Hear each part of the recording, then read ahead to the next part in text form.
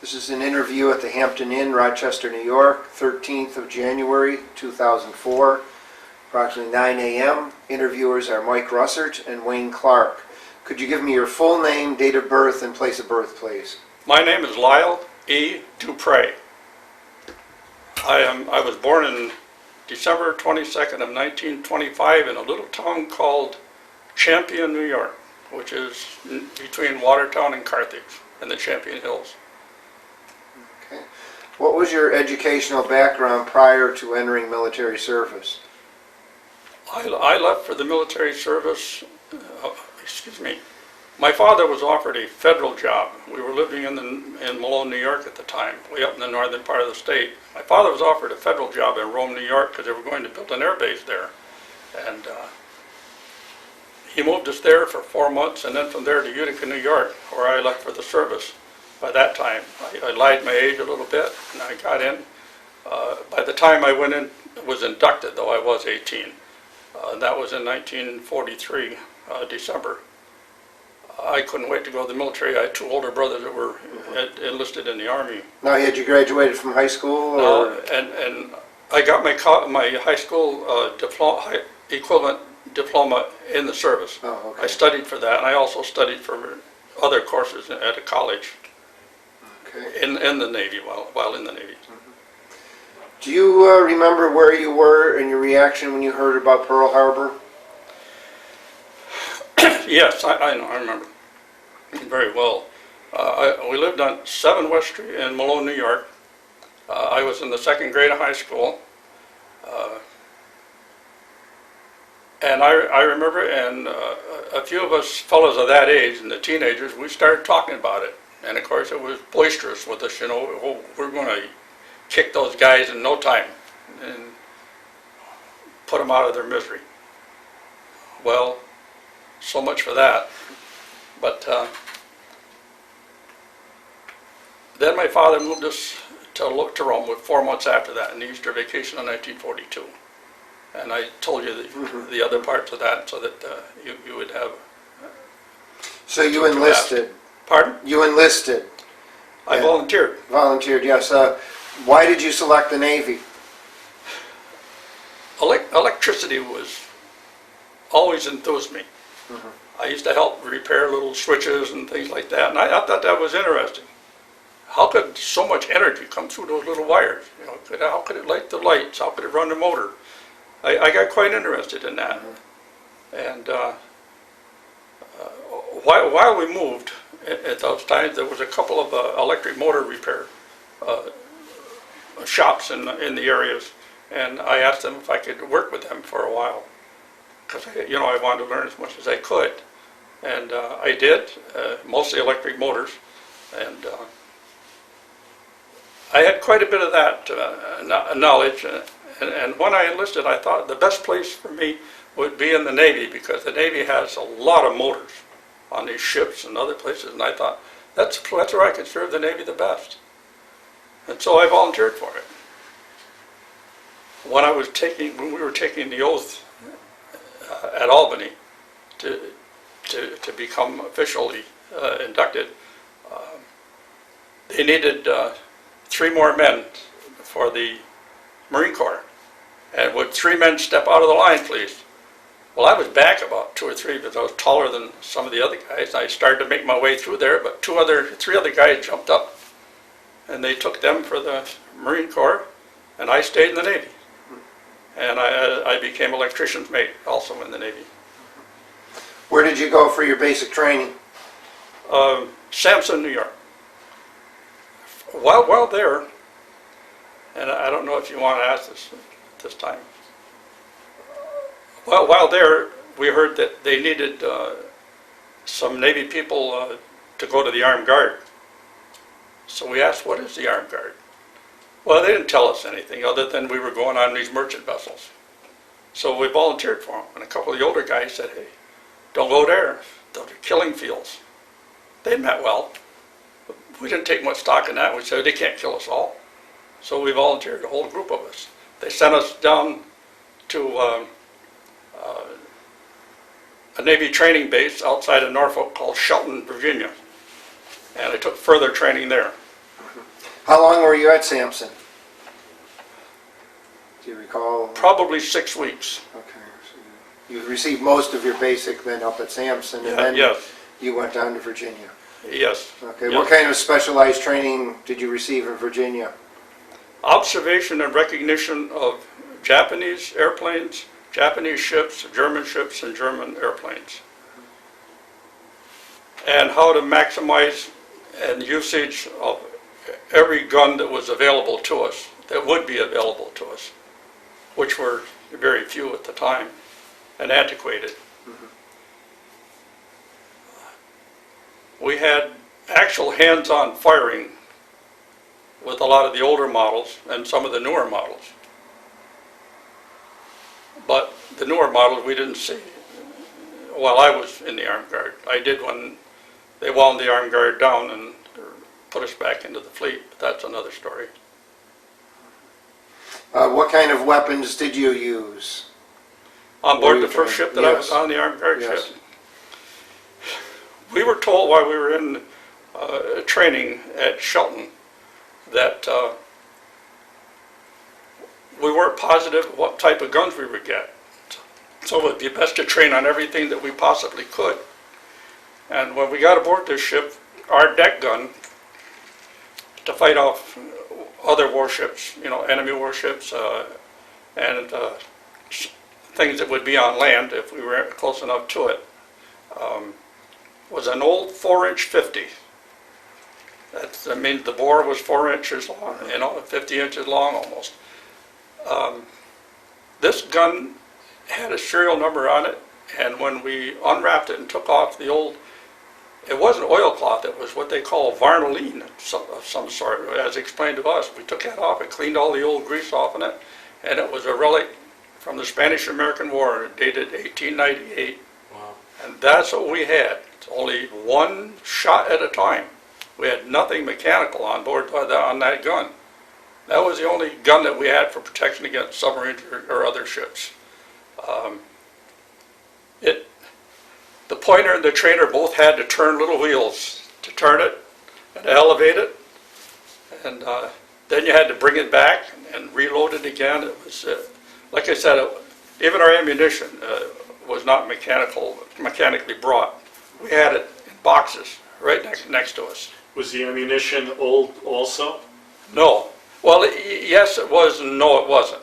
It was kept quite well, so it looked almost new, and it was clean. It was boxed very well, whoever did it in whatever year. No, But you don't think it was as old as the gun? no, I don't think so. Okay. Because powder changes. The progressive knowledge always gives you better powders.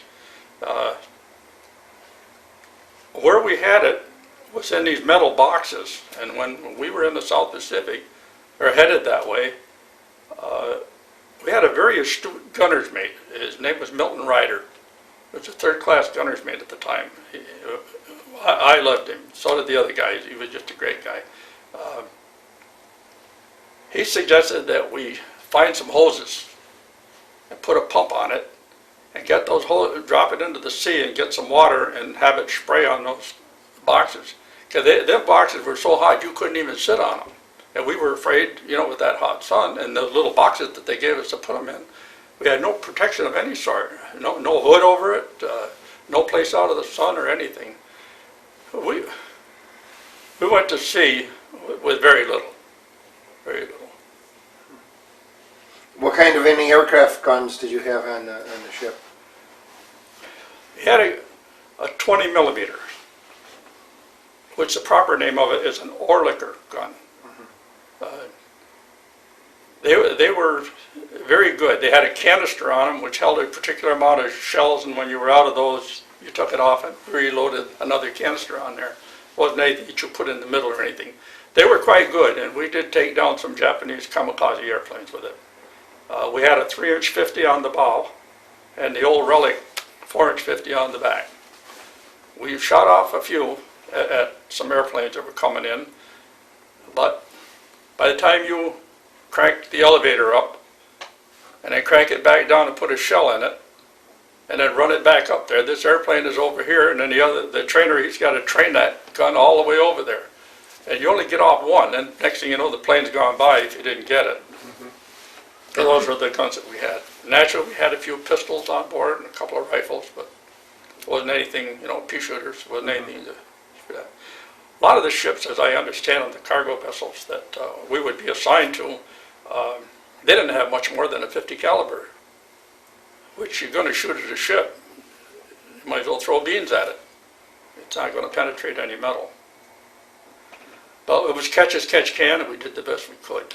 Some of our ships, and this is proven, I've written about it in my book, historians know this, most older military men that were in the Navy know this also, that when a deck gun was not to be had, and there wasn't one for us, because the Navy, regular Navy, I should clarify, we were all regular Navy, but the Armed Guard was a very special force taken out of the Navy.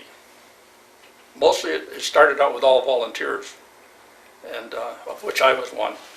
Then later on, it was mandatory that they just took who they wanted and pushed them in there.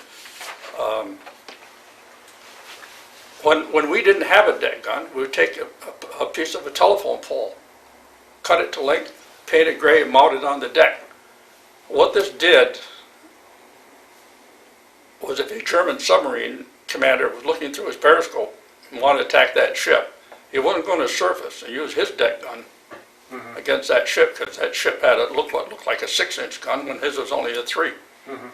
So he consequently this kept them down under the water for a better period and farther off. We zigzagged, which helped, and we did have 2 torpedoes go by us at one time. But other than that, we didn't have a confrontation with a submarine while I was in the Armed Guard. With airplanes, yes. So how much training did you receive before you eventually went to sea?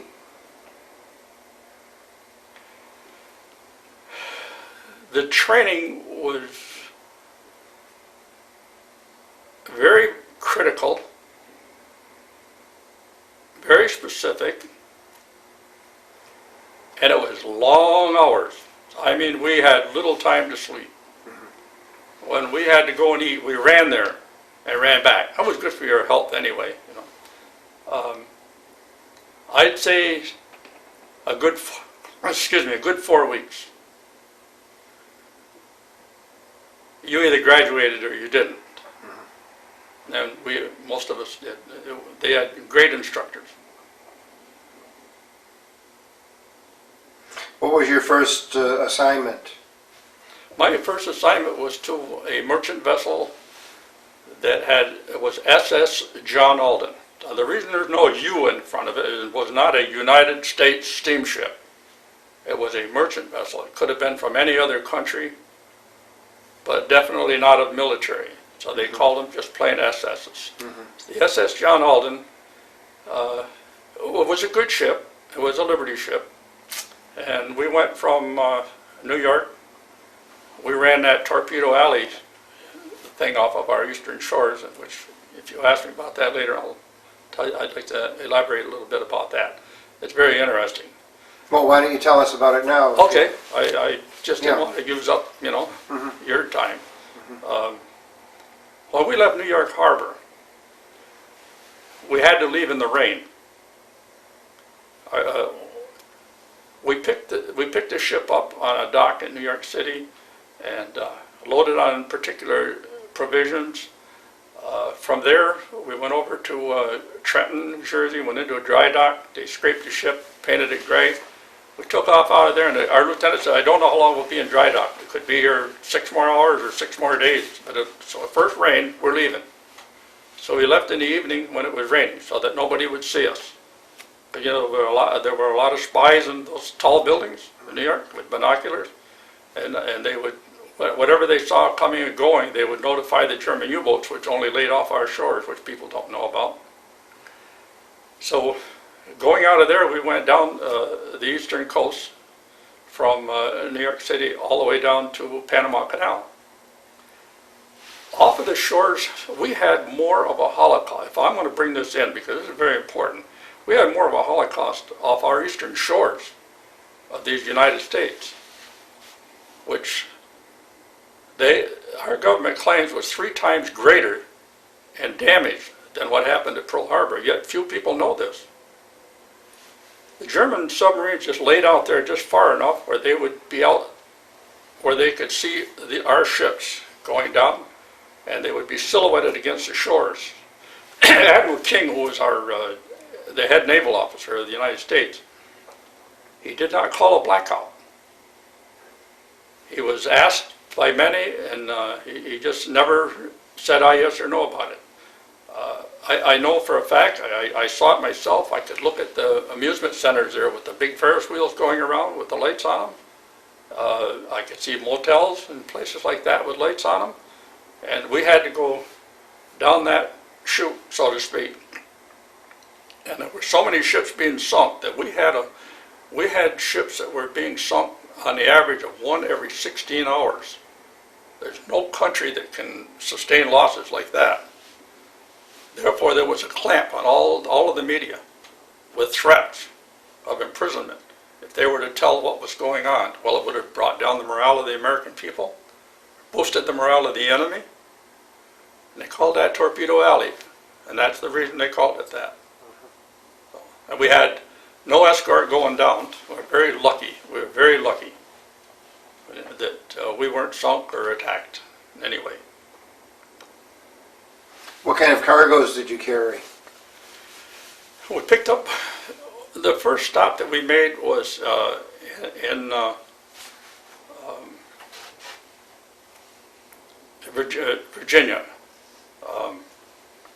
where we picked up supplies such as food, I won't say medicine, we'll get into that later, some clothing, a few things that were going to be distributed to someplace wherever we were going, and that was Norfolk, I meant to say, near Norfolk. Then we went down to Charleston, and we went up, I believe, the Sabine River, to the best of my knowledge, and I believe that that's the proper name. We went up that and tied up at an old cotton bale shipping dock. And they had these old buildings where they kept it in, out of the rain and sun. We tied up there, and there was a set of tracks down the middle of this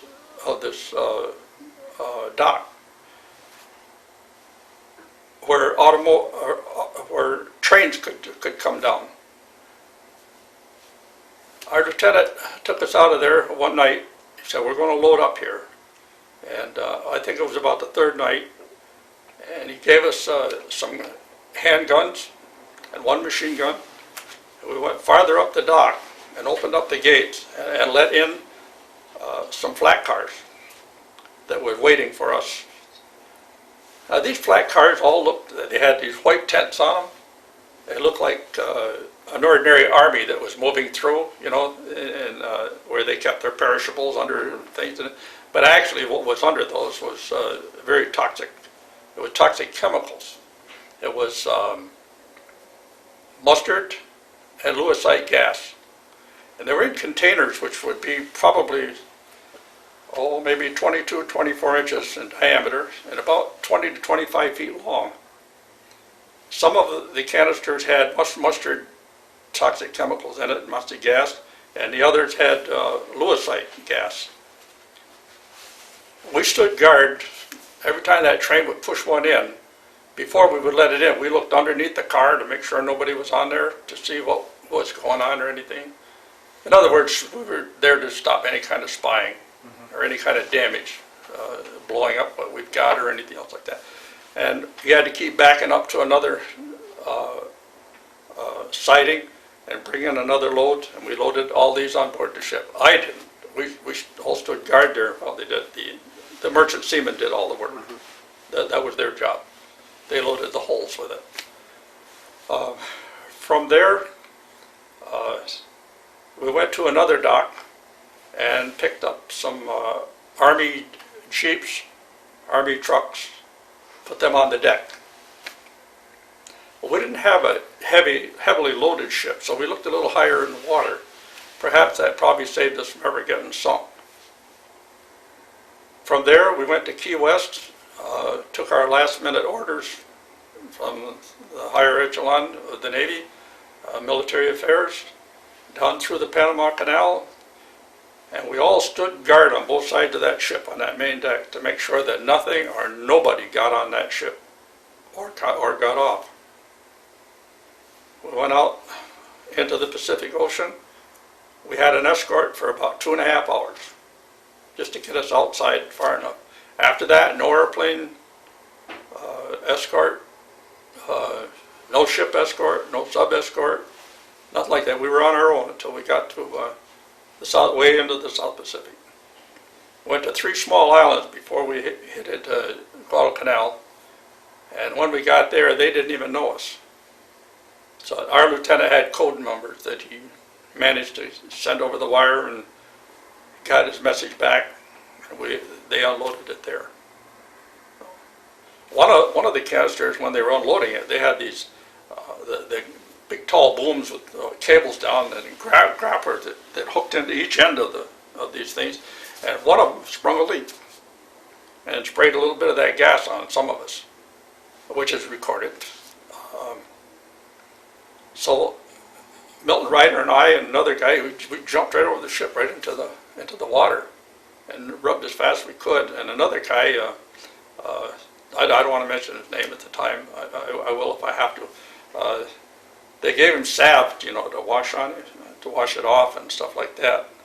It wasn't only a couple of weeks later we had to take him off and drop him off on an island called New Guinea.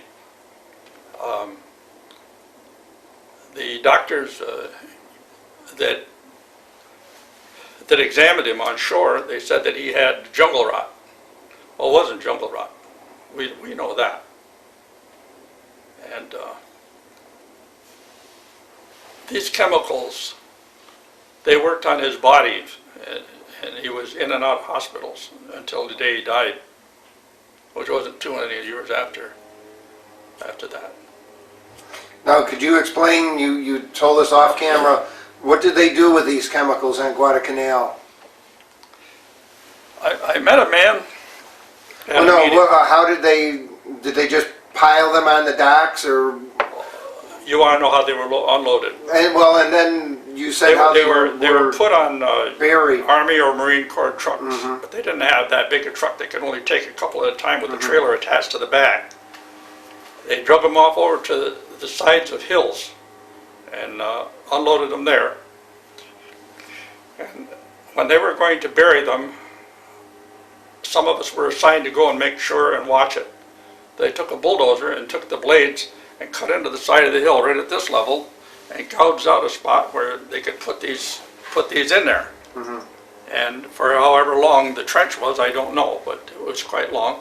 And then when they got that in there, the bulldozer operator would go up a little higher and bulldoze out another notch, and that dirt that he bulldozed out would go down and cover those canisters.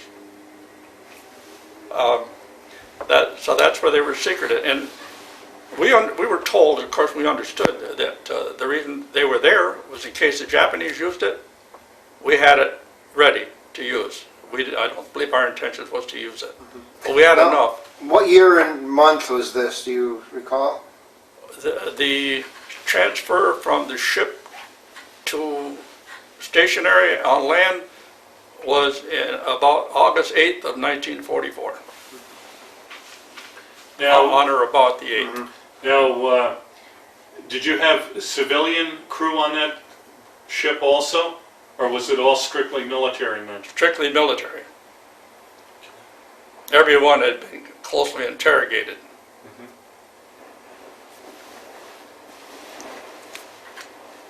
I have some knowledge of, first-hand knowledge of where this gas finally ended up.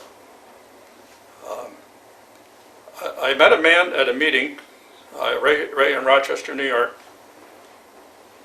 told me he was a Marine. We got to talking. I said, oh, I was Navy, I was Marine. I said, where were you stationed? Well, he said, most of the time I spent in Guadalcanal. I said, yeah, I was in Guadalcanal one time. He says, you were? I said, yeah. He said, how could the Navy be there? I said, oh, they're all over. Well, we laughed about that. I said, as a matter of fact, I said, I can now say it. I said, we dropped a shipload of toxic chemicals there. He says, you were there? He said, when they buried them in the side of the hill. I said, yes, it was. Well, he said, he says, isn't that something? I said, I wonder if they're still there. No, he said, they're not. I said, well, how do you know that? Well, most of my contingent of the Marine Corps, he says, had moved northward, more toward Japan. And we were left here to clean up the place for, remove a lot of debris and get rid of this and that. So he said, we took these canisters, we unearthed the canisters, load them on flatbed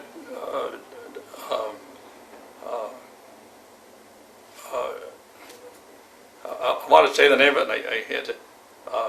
Barges or? Yeah, barges, excuse me, thank you. They tied them on there and took them farther out in the Coral Sea, which is in the South Pacific, naturally, off of Guadalcanal. And he said, we just untied them and rolled them off into the sea. So I said, well, they're still there. He says, unless somebody wants to go and get them. He said, they're probably all rotted out by now. I don't know. Who knows? I don't know if this has done anything to the environment or not. I often think about things like this, and being a participant of it, it's bothered me a lot through the years, What were some of your other assignments in the Pacific? Did you stay with the John Alden the entire time you were in the Pacific, or? No, that was my first voyage. The John Alden, after it emptied its cargo of these deadly chemicals, we were told to go to Hollandia, Finchhaven, excuse me. Finchhaven was first. Went to Finchhaven, New Guinea, which is not too far north of Australia, and we took some personnel aboard and moved them up. There was another invasion that was coming to a close up farther, and we took their supplies and mobile units that they used to move around in and carry ammunition and other things, but then some guns. We would move them up there like that, and we kept doing this a lot. Can I go back and ask a question? After you dropped off these chemicals, did they clean the inside of the ship at all, or? No. No. There was a lot of worry about it after the war, as I understand, when I looked through the records, and I did trace all the military records. There was quite some concern that it carried toxic chemicals. But I know of no one who came down with any sickness or anything. I know no other information other than that. I just know that, and that's written in the records. So you were involved in some of the landings in the Pacific then, or? Not action landings at that time, until we moved farther up, until we got to what they call the Vogelkop. That's a particular gooseneck, like that. It's a Dutch name, they call it, at the extreme northern end of New Guinea. We had a little action up there. There's also a couple of islands to the northeast of that called Biak.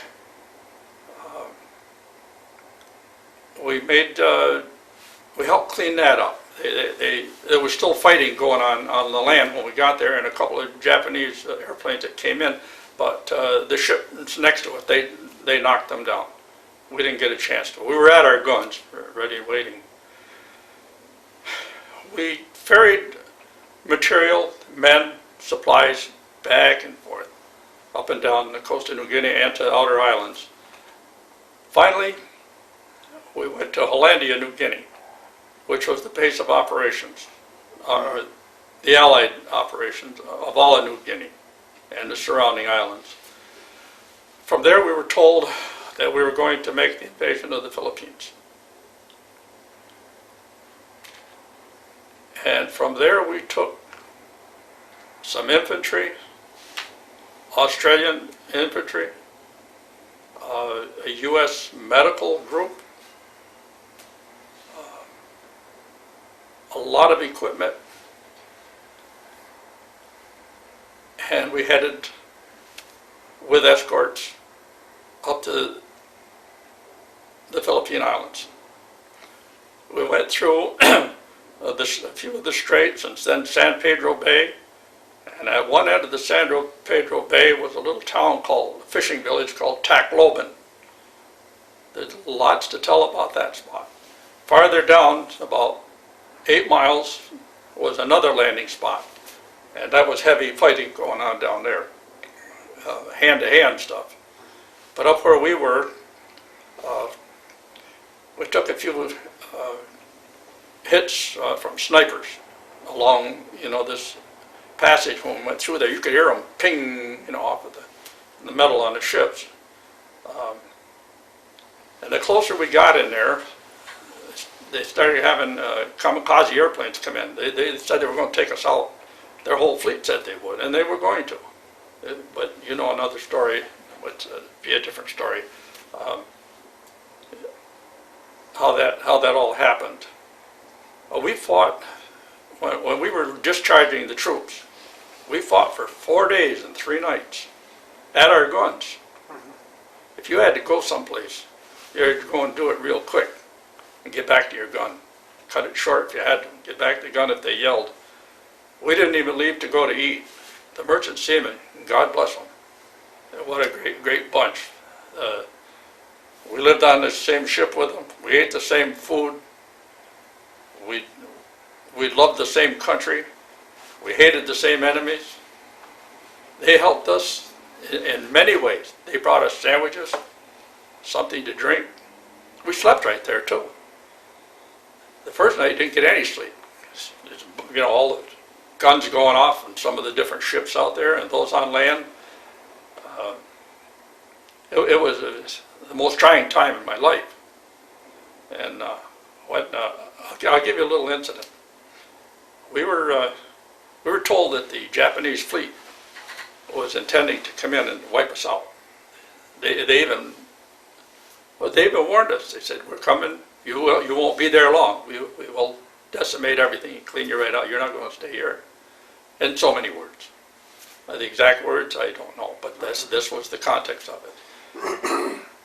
So our lieutenant told us, he said, "Fellas," he said, "we may not make it out of here."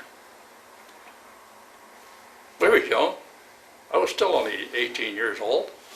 I hadn't reached my 19th birthday yet. It's hard for me to describe without being a psychologist or something, just what our actions were. The only thing I can say, and this is in truth, of course, I would not say anything that wasn't, we all shook hands with each other. And we said, if we don't see you here, later, we'll see you someplace. And that was it. I didn't make too much of all that. I did in later life. That really bothered me in later life. Choke you up. It would now if I kept on it. How did we get our ammunition after we ran out of what we had in the boxes? Those merchant seamen, they would go up and down those ladders carrying those ammunition boxes. And they cut their shoulders, their arms, from the wooden boxes. They bled the same as we did. They were great. We had on one of the nights, the ship next to us was probably a good 500-600 feet from us. It took a heavy pounding from a couple of the land-based Japanese planes, which was a 2-motor job. It was a Betty. That was our nickname. We called it a Betty. It's just a good nickname. It was probably a Mitsubishi of some sort, for all we know. It tried to bomb the ships that were in the harbor. So we were tied up at this old makeshift dock, fishing village dock. And apparently it was kind of hard to see, in the night time for those pilots. And so we didn't get any bombs dropped on us. But when they come down over the hill and scoot out there to try to get these ships, we'd send them a lot of notices that we were there. We hit a lot of them. But they would get out just a little bit and they'd drop a bomb. And they dropped one on the ship next to us. And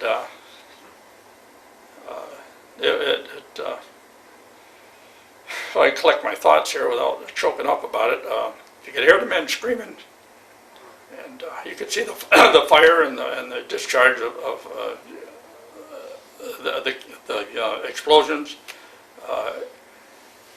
It set a wall, so to speak, of sound emanating from that blast over to our ship that deafened several of the merchant seamen who were on the starboard side of the ship, or because the port side naturally was onto the dock.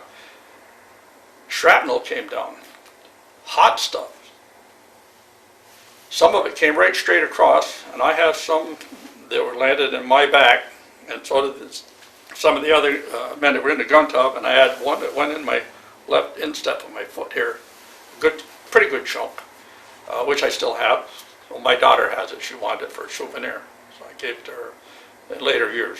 How big of a piece of shrapnel is it? Well, about a little marble, but it was jagged, Mm-hmm. And we kept on fighting there, and kept picking these little spots off of each other as best we could. You could feel them on your back, and the other guy's back, you pick them off. They didn't make much complaints. I'll skip ahead a little bit. After the fights were over and we were sitting on the deck one day talking to each other with our shirts off, we'd tell the other guy, "Don't get too close to me." Why? Well, they knew what we were going to say, but they played the game. Why? Because those little white spots will jump off on me. Because we were all tanned, and I mean really tanned from being in the South Pacific. And when those little things burned your tan, you don't have no tan there anymore. You had a white spot after. There was a lieutenant colonel with the medical group that came in the second night. He came to the gun tub. I forgot to tell you about him on the way up from Hollandia to there. I got to talk. He come up in the gun tub. He wanted to get some fresh air and everything. We got to talking, and he asked me where I was from. I said, "Well, where are you from?" He said, "Colorado." And I said, "I have a big ranch there and horses and stuff like that." And I said, "You hunt?" "Oh, yeah." He said, "I hunt?" "Yeah." He said, "I love to hunt." "You?" I said, "Yeah, I live in the foothills of the Adirondacks." And I said, "I love to hunt too." He said, "Gee," he said, "we ought to get together." Well, the more we talked about fishing and hunting, the closer we got to be friends. Very astute man. Every once in a while, a guy would walk by him, well, we weren't doing nothing but doing watch or something, and he'd say, "Come here." He'd get over, he'd feel of him, and look in his ears and make sure he's all right. He says, "Can you hear me? Can you see this? How many fingers have I got?" Things like that. He was always doing that to us guys all the way up. He was really, he was a good Army doctor. There's no doubt about that. Well, anyway, we made an agreement that after the war, I kept his name and address, and he took mine. After the war, he said, "You come on to Colorado." He said, "Bring your wife." I said, "I'm not married yet." Well, he said, "Bring somebody," he says, and he said, "To keep my wife company." He says, "Well, you and I go hunt." He says, "We'll go up." He said, "We'll take horses and go get some good hunting." Well, that was always a dream. We all have dreams. But little by little, a job, earning money was more important, than anything else at that time. And little by little, the letters kept getting longer apart, farther and farther. And I'm sorry about that. I wish that I would have kept it up, but it's just one of those things. Well, anyway, the second night he come aboard and he said, "Hey, Lyle, you got a place?" He says, "I can lay down." I said, "Yeah." I said, "I'll go down and get my mattress cover," which was right under me. My bunk was right under that big gun. And I went down there and I got it, and I laid it down. I said, "Right there." He said, "Right here." I said, "There's no place to hide." I said, "It's a gun every so often, all the way up." I said, "Take your pick." Well, he says, "I know you, I'll sleep right here." I don't know how he could sleep with all that noise going on. He said, "Lyle," he said, I can't sleep on the ground out there. I did it last night." He said, "It's wet out there and it's cold, and I have to keep my health, or there's going to be a lot of men die." He said, "I've already been working on them all day," he says, "and all evening. And I just come here to sleep a little bit." And he said, "That's the way it's going to be tomorrow." I know it. Well, there was a lot of casualties between that dock and the edge of the woods, if you want to call them, or forest. Well, anyway, that was the night. The next night I got hit. And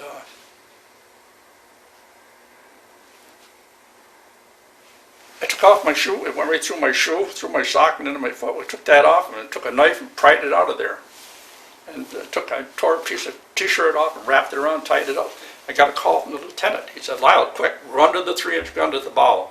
He said, Dan Totten, he got wounded in the hand. I said, him too? He said, yep. So I ran up there, and in the morning, they were able to find where I went. Every place that my left foot went down, you know, was a spot of blood.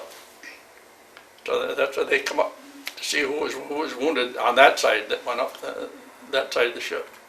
So, but anyway, when I come back, he picked out another little one that was down there too, that must have traveled along with it, and he picked out the rest of them off of us and gave us medicine.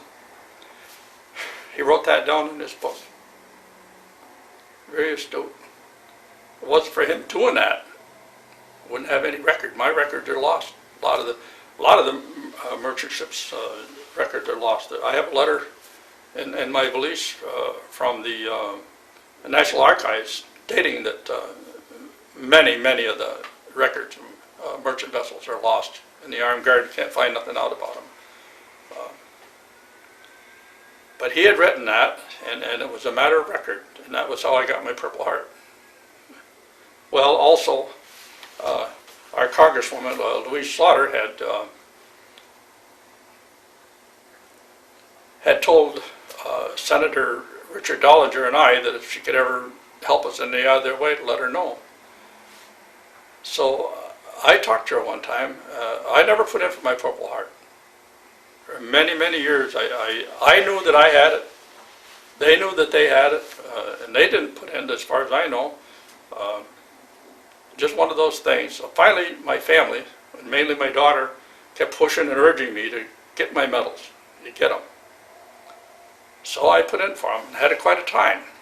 I called Congresswoman Louise Slaughter about it, and she said, give me all the information you can. I did, and I gave her, I have a list of every man that was on board that ship, his serial number, and what ratings he had and everything. I have that with me in my valise. She contacted 2 of them. One of them is in Pennsylvania, and the other one is in Massachusetts. She wrote to them and asked them to send her depositions of the woundings in that gun tub at the Battle of Tacloban. And who treated who? They did. She asked them to have them notarized, and she entered them as legal documents. And again, that's how I got my Purple Heart, along with that. Where did you go after the Philippines? After New Guinea, or the Philippines, we went back down to New Guinea. We plied the waters a little bit there. Went right, loaded up again with supplies, Army trucks, vehicles and ammunition and stuff. Yeah, went back up to the Philippines again and unloaded them there. From there, we came back down to Hollandia, New Guinea, had a few repairs done to our ship, and we headed home to San Francisco. Takes a long time to cross that ocean. You're only going 8 miles an hour, or 8 knots, 11, which is 11 miles an hour. But we ran into the worst big waves that you could ever ask for that type of a ship coming home, and the trough in them was so deep that when a ship would go through it, and then what a lot of people call a propeller, in the Navy we call them the screw, when it was turning, it would shake the whole ship and shudder. It was quite a thing. And a few days out from, or a few nights out from San Francisco, you could see San Francisco, just the lights in the sky. And it was thrilling. It was thrilling. And to see that Golden Gate, that's another thing. Anyway, because I never thought I'd get home. None of us did. Okay, after you reached San Francisco, what happened? Took us to a rest camp in Shoemaker, California, a little town. not too far from Oakland, which is across the bay from San Francisco. We were told we could sleep when we wanted, get up when we wanted to. We didn't have to muster. You could go to the movies, do anything you wanted. There was a couple notices on the bulletin board that said that local businesses, especially packers, needed some extra help. And that if you get permission from the OD, the officer of the day, to go there, he says you can work there one day or every day while you're here, and they'll pay you at the end of every day. They need help, bad. So I went to this, I think it was Livermore, and that's the first time I've mentioned that name in a long time, which wasn't too far from camp,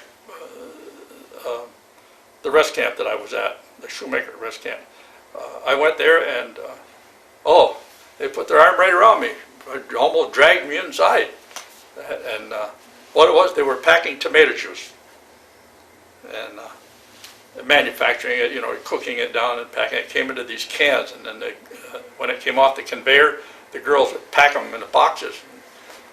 They looked at me and they said, "Good strong boy," I had to carry them loaded boxes and put them on a big cart, and another guy would take the cart and take it to a train, load that up with it. I did that most of the time that I was there. Of course, I've always been a physical fitness nut, so to speak. Always chinning myself and doing this and that, and I still do as much as I can, even today. I'll be 79 for too long this year. But anyway, we did that, and then I got a leave, 30-day leave to go home.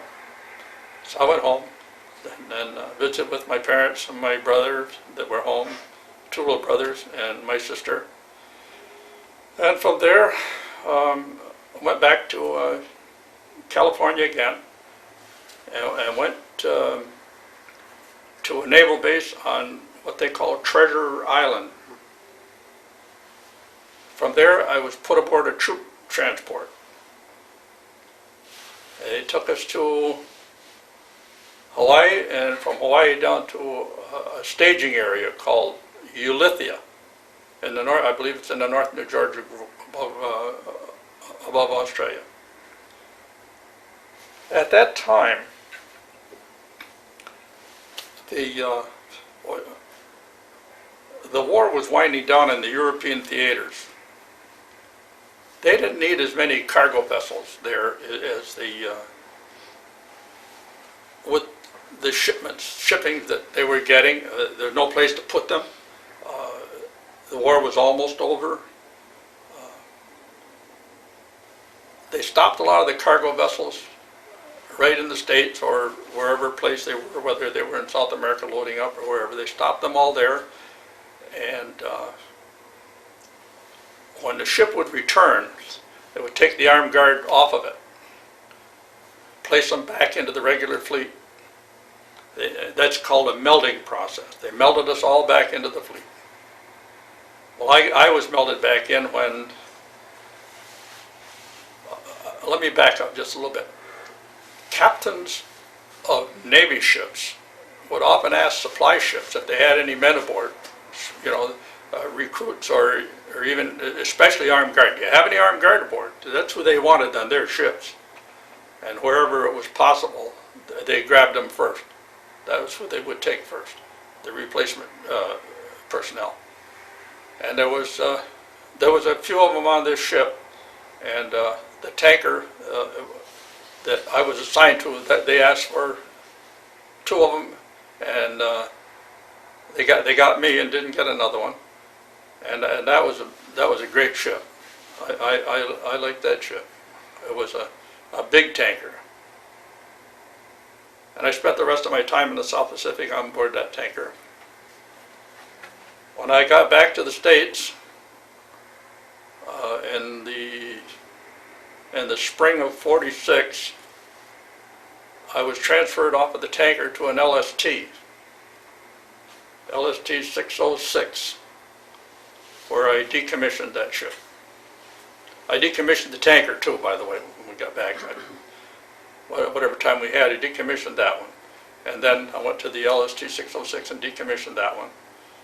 From there, I was sent to Lido Beach, Long Island, where I was discharged. That was May 28th of 1946. Whereabouts were you when you heard about the atomic bombs being dropped and the surrender of Japan? I was off the coast of Okinawa. We had just gone through a terrific typhoon. There were two of them. I remember one of them. With Nagasaki.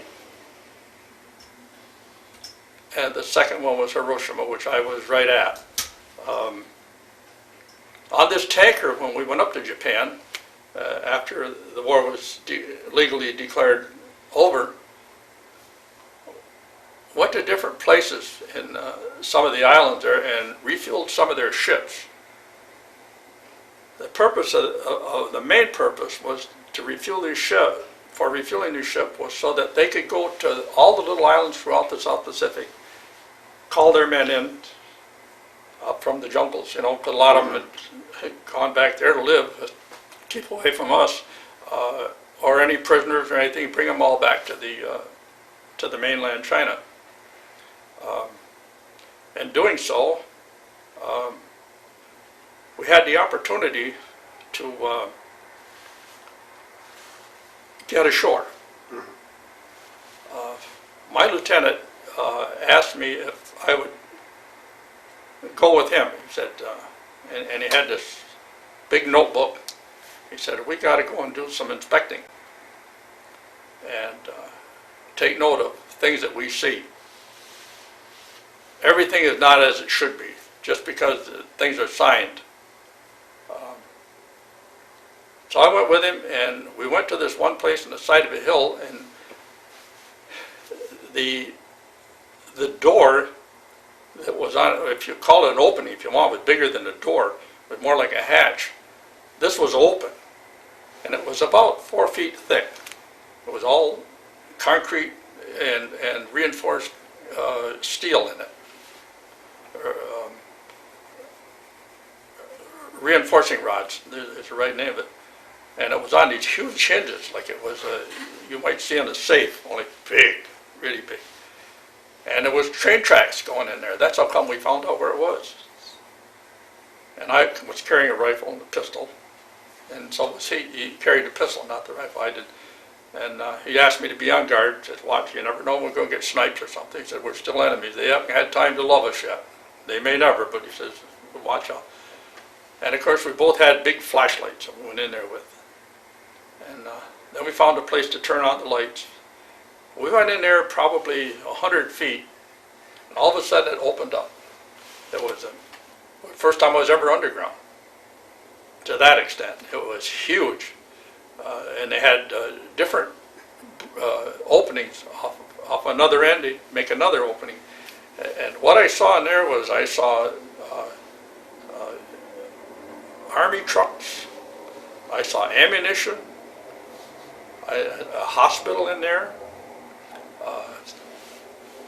There were tanks with potable water in it, and there was big guns that had tunnels built out to the edge, and they could run the gun out there, and you wouldn't even know. They said if we hadn't dropped the atomic bomb, that we probably would have lost 1 million men going into Japan. Now that may seem like a big number, but that's not a big number, not compared to what we saw. The second landing that we did with our tanker, Matsushima-Shido, it's the name of a Japanese little town at the southern end. We filled a couple of ships there. Then we went up to I forget the name for a minute, maybe it'll come to me. I went up to another military base, Japanese military base. You had to go in through between two cliffs that had all made out of rock. Went in there, and it would cause you to really do some thinking and wonderment. Along the shores, all the way around that bay in there, appeared to be little tiny canoes, like little small boats, just like cigars all the way around. There was a carrier in there, a Japanese carrier that had been sunk, but it was sunk in shallow water, so it was dead in the water, and a few other smaller vessels that were destroyed by our aircraft.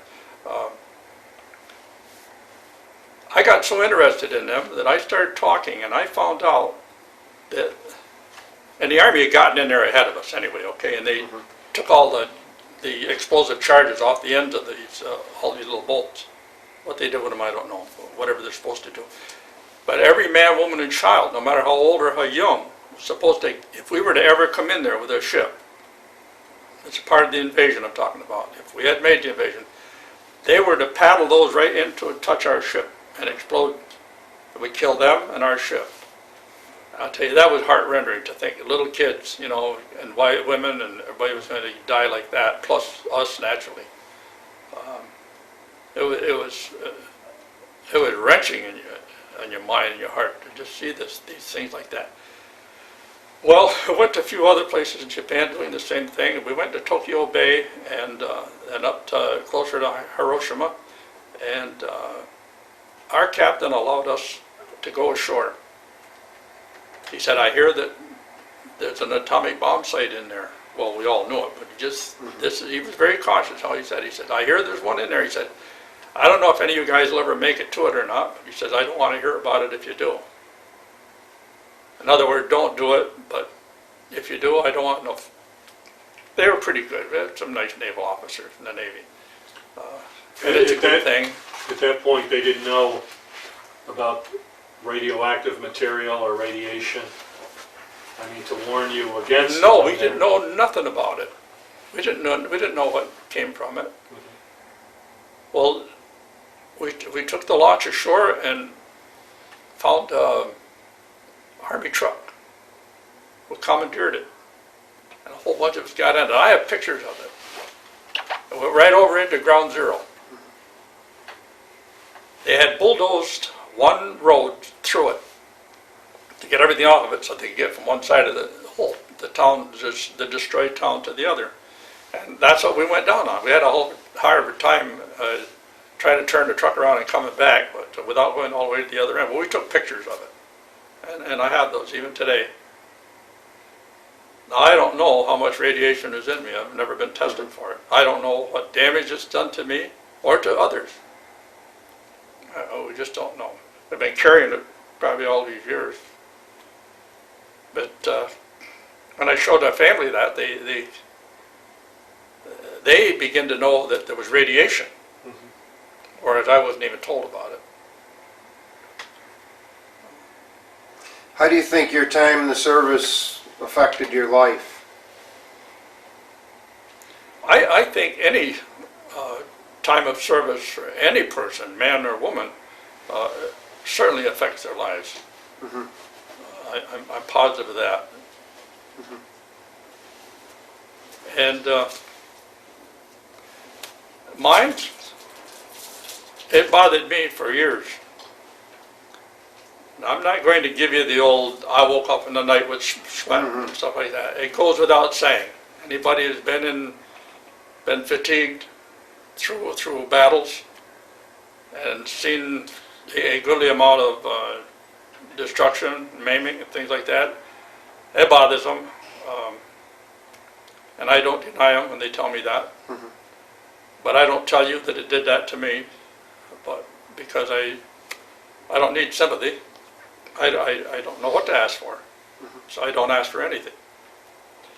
But many years come, a lot of things pass, and it doesn't bother me anymore when I think about it. And I have a good marriage, very happy man, wonderful children, great grandchildren, 2 great-grandchildren, and 2 more on the way. And I made the most of my life. I studied. I took a college entrance exam when I got out of the service. I passed that. I was going to become an electrical engineer. But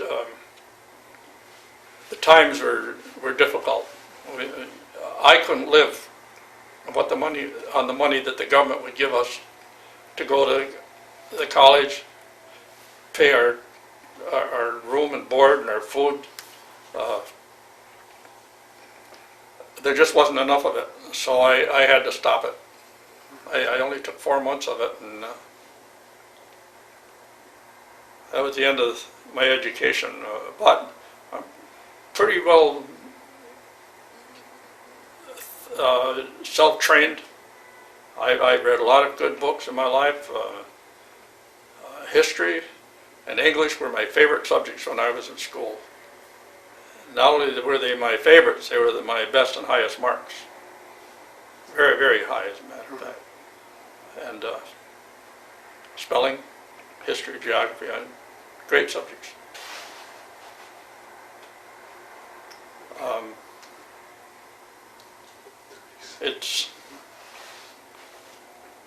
It's a long story, no matter how you look at it. Mm-hmm. And you never know what to put first, or which becomes last. Okay, well, thank you very much for your interview.